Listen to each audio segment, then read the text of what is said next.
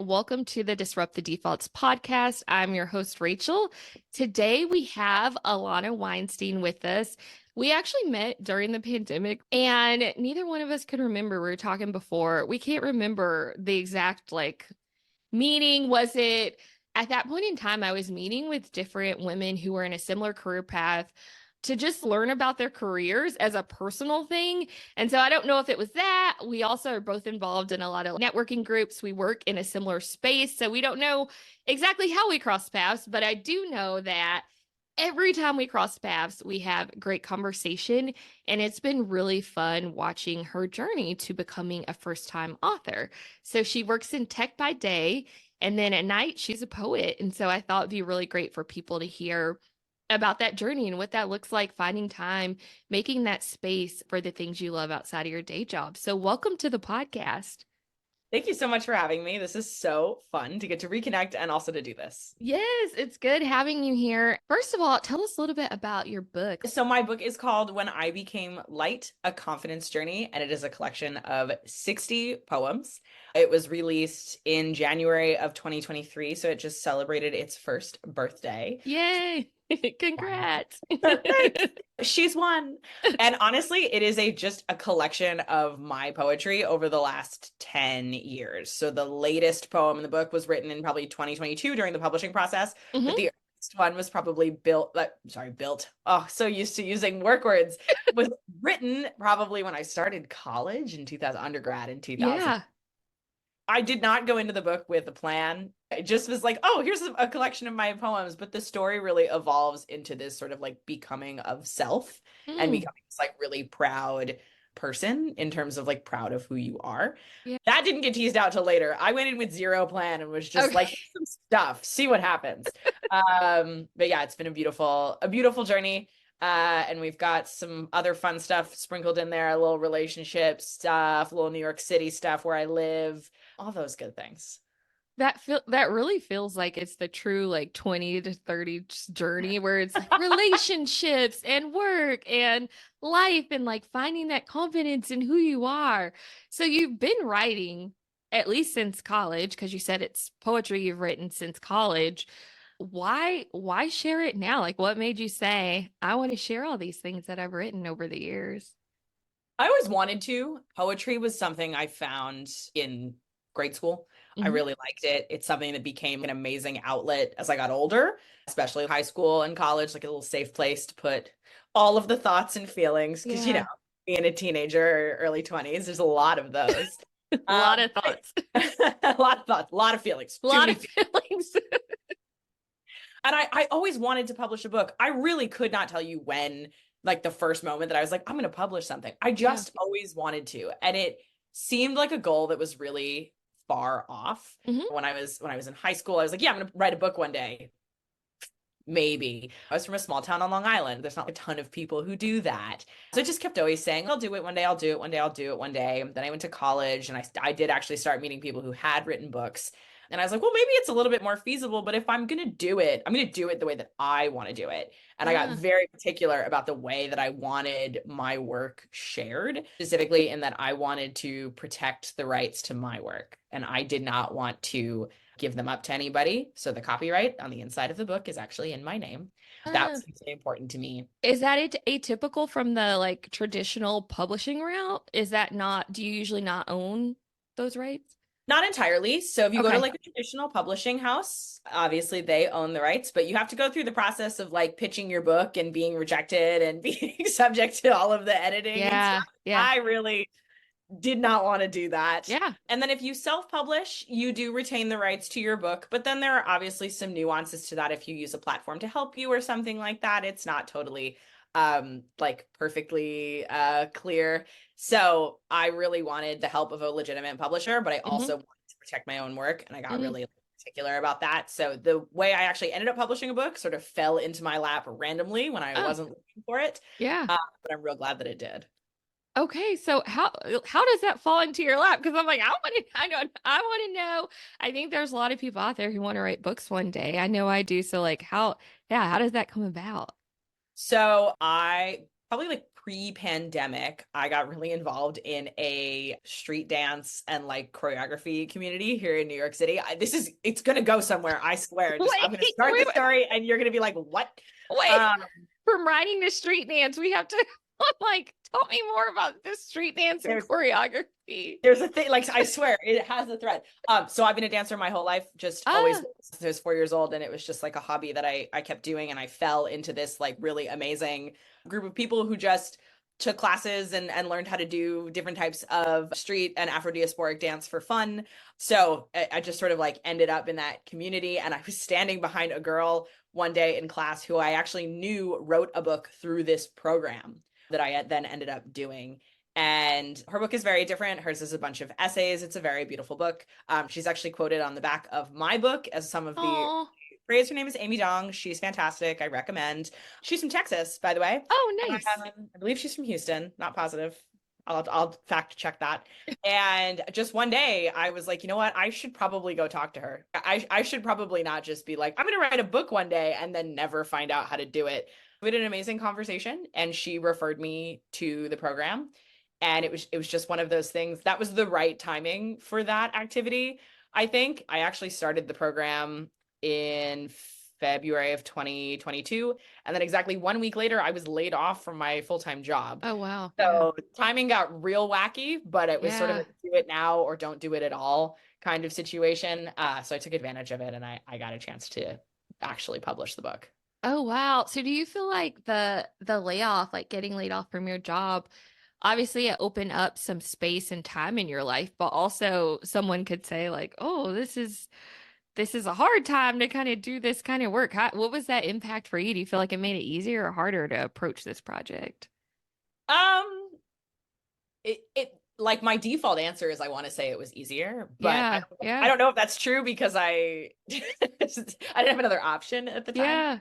There was definitely a moment where I was like, oh no, is this not the right time to do it? Because the way that I published the book was through a course or a class. So I was paying for it. It was not for free. It was not. So it was something I decided to make an investment in. And I was like, ooh, like I don't have any more income. Like maybe I shouldn't be making this investment. Something was like, hey, do it now or don't do it at all. And the layoff did afford me this sort of wonderful opportunity. Like instead of writing my book as homework after work, I could do it in the middle of the day because it didn't matter. I was unemployed. And that was kind of cool. It gave me more time to focus on the book than I think I had originally accounted for. And not that it was going to turn out bad, but I think it even turned out like better because I had all that extra time to really sit with the poems and do my editing and be really careful versus had I stayed employed during that beginning period. I did find a job pretty quickly after, a very different job market than we're currently dealing with. But I had like a nice, beautiful couple of weeks with my poems that really got them in a place that was really cool. Yeah. Oh, wow. I feel like part of the reason why this podcast was started was because I met someone who had been laid off. They started a cupcake business, and they said it was the best thing that ever happened to them. They hated their job and they got to start this business. Not that it was easy and everything was perfect, but just a bad situation. Like it kind of propelled them into this next phase of their career. So it's interesting to hear how, like, yeah, all these doors kind of opened and the timing worked out to where you had some space to just spin with your book. And I think a lot of us, when it comes to writing a book, I know I have a lot of fear about sharing your words with the world and what people may think. Or do you have those same fears about sharing? Oh my God, I was so scared when I first published. Actually, there's a couple poems that are about people. Ah, yeah, like people you know? Yeah, I had to do a round of like, hey, just so you know, this one's about you. None of them are bad. A lot of them are very positive. Okay. It's not like ex-boyfriend revenge. No, gosh, I don't have very many of those. Okay. There's quite a few about my current partner. He's very aware, but I did have to do, here's a preview copy. A lot of them are about my friends and the way that we grew up or experiences that sort of made me reflect on how we've evolved and changed and things like that. So I did have to do a round of like showing people. And at first that was terrifying where I was like, I wrote this poem and then planned on nobody seeing it ever. And that has wildly changed. But the cool thing was it was cool to get to see people react to them. So the people who they Mm, are about, they were like, yeah. this is the coolest thing ever. Like, I'm so honored. Can I frame Oh, it? oh, Um, that's so sweet. and then there was a process. I've talked about this on a couple of podcasts. There was a process in my editing that was actually about having beta readers. So there were people who got advanced copies of the book and were able to give me feedback as a reader. Mhm. And they actually went to 4 really amazing people who are really like deeply involved in my life, friends from all like different areas of my Yeah. life. And they were able to give me preliminary feedback, and that was amazing. Oh, They were able to weigh in and say, hey, actually, like this is I relate to this. You know, I might not have gone through this, but this is really powerful. I think people are going to love this. I think people aren't going to love this. Maybe do it a different way. Some of the final poems that you see were actually edited by my friends, oh, which is really cool. that's really So special. it was scary, but once I did it, it was so much more rewarding. It was the fear that I had built up inside of my head that I was like, everyone's going to hate it and people are going to think it's Yeah. weird. And, you know, what if people get wildly offended that I wrote a poem about them? And then nobody reacted that way and everybody loved it. Oh, it sounds like it was good overall. Even the editing process, I've heard mixed things about what that can be like. So it sounds like you had a overall pretty positive experience. I was working with the way the program was structured. The program doesn't totally exist anymore in the same format that I went through it. So I will refer to it in the past tense. I got 2 editors. I got a preliminary editor and then a secondary editor. And the Mm. preliminary editor was really responsible for like getting my poems to a place where they made sense. And she herself is a poet and she's absolutely wonderful. Hi, Regina. But the first time that she edited a poem, I was like deeply offended. Oh, I really had to get over that because the poems had become such a place for like my feelings and my experience yeah. that I was so stubborn about the integrity of my experience versus the readability and experience of the poem. So I fought with Regina a couple of times. So sorry, Regina. It turned out great in the end. I Uh, mean, how can you mess with perfection? I'm sure they were perfect. How they could were she not. have feedback? They were not perfect. I'm so honored that you think so, but they were not perfect by any means. So I really had to like, I had to take the ego down the first couple Yeah. times. Then when I started to see the place that they got to after her and I had worked together on them, they Okay. were so much more powerful in their secondary place. But yeah, the ego bruising started. Then we got over it, and then it became a really amazing process. My friends and family got looped in sort of towards the end of the process, and that by then I was used to taking the feedback and seeing the power that it had. Okay. But up front, not so easy. Yeah, I was gonna say, wow, like that's really great that you were able to receive that. Sounds like book writing is a very humbling process that will kill any ego you have.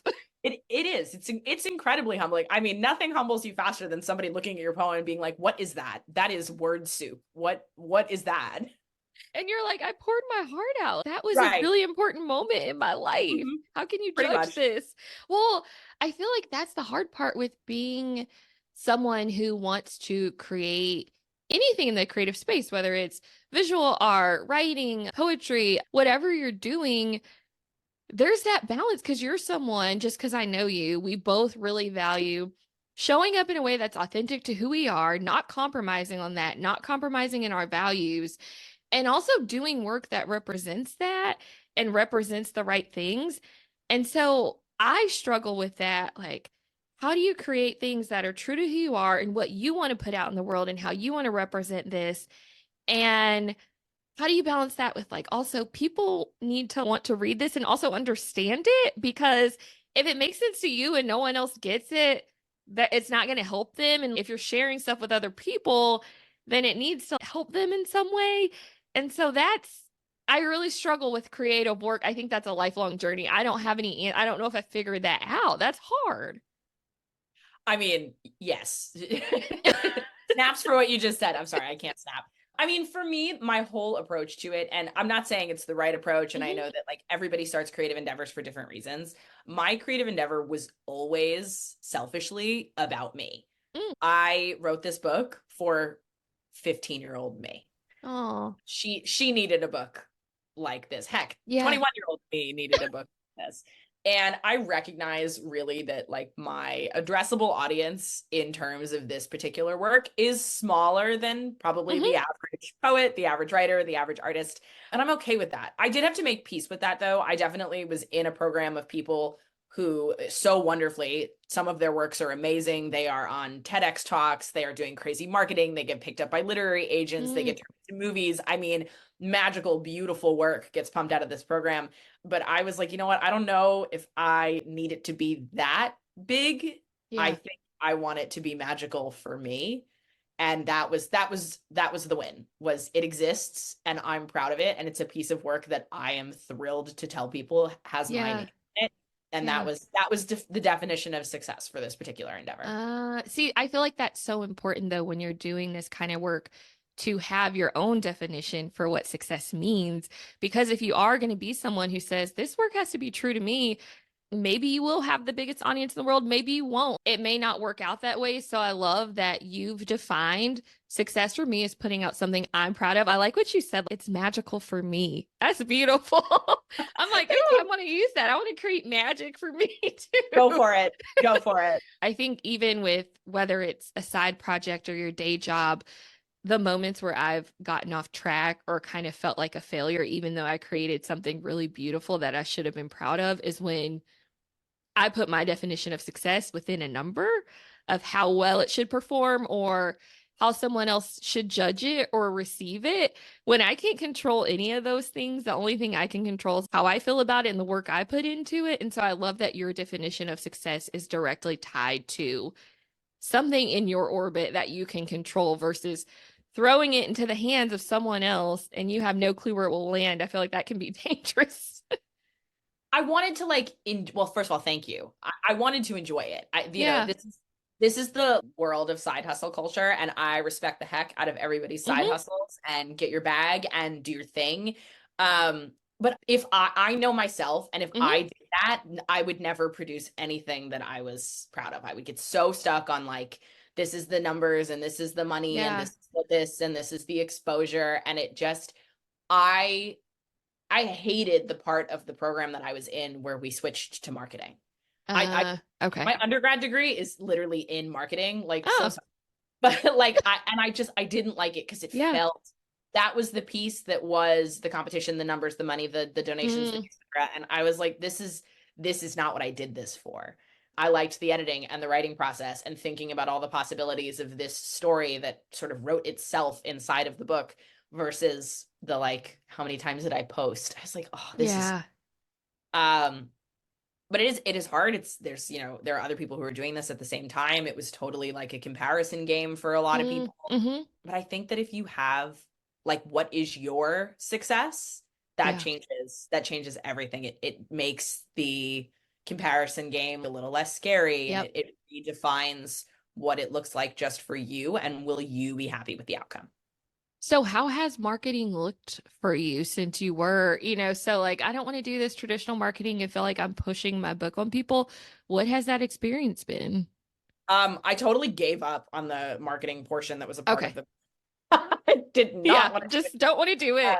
it. So the way, I mean, quick sort of explanation of how it works. You write all of your stuff, you get hooked up with a publisher down in DC. They're called New Degree Press, and you basically fundraise for the publishing of your book. So you get people to pre-purchase the book. If you open my book, in the back, there are a bunch of beautiful names of people who funded the book before it was released. So we had to Okay. do a lot of that. That was one step. And then once your book is out, you separate sort of from the publisher, and any of your marketing is your responsibility. So I did, in fact, give up on that. Okay. But I mean, I've done a little bit of it. Yeah, yeah. Do the social media thing. It's not thrilling. I'm Hmm. going to tell everybody right now, my Instagram game is zero. I'm really making myself sound like an elder millennial here. Um, I mean, but something. your LinkedIn game is pretty good, so I'll give you props on that. You do Oh my post God. a That lot felt on so awful too, being like, surprise, I wrote a book. Like, let me push it on LinkedIn. Oh my God. I loved it though because Thanks. I hadn't spoken to you in a while. And then I think you shared throughout the process. So then I knew you were writing something and it was coming. And so I was like on the lookout trying to check to see when could I order it. And that was cool because we don't live in the same state. We don't talk that often, but it was like from an outside perspective, it gave me a chance to cheer you on and support your work And that felt really good. That was exciting for me to see your process. So I know I'm the same way. I think social media, I'm like, oh, I don't do it.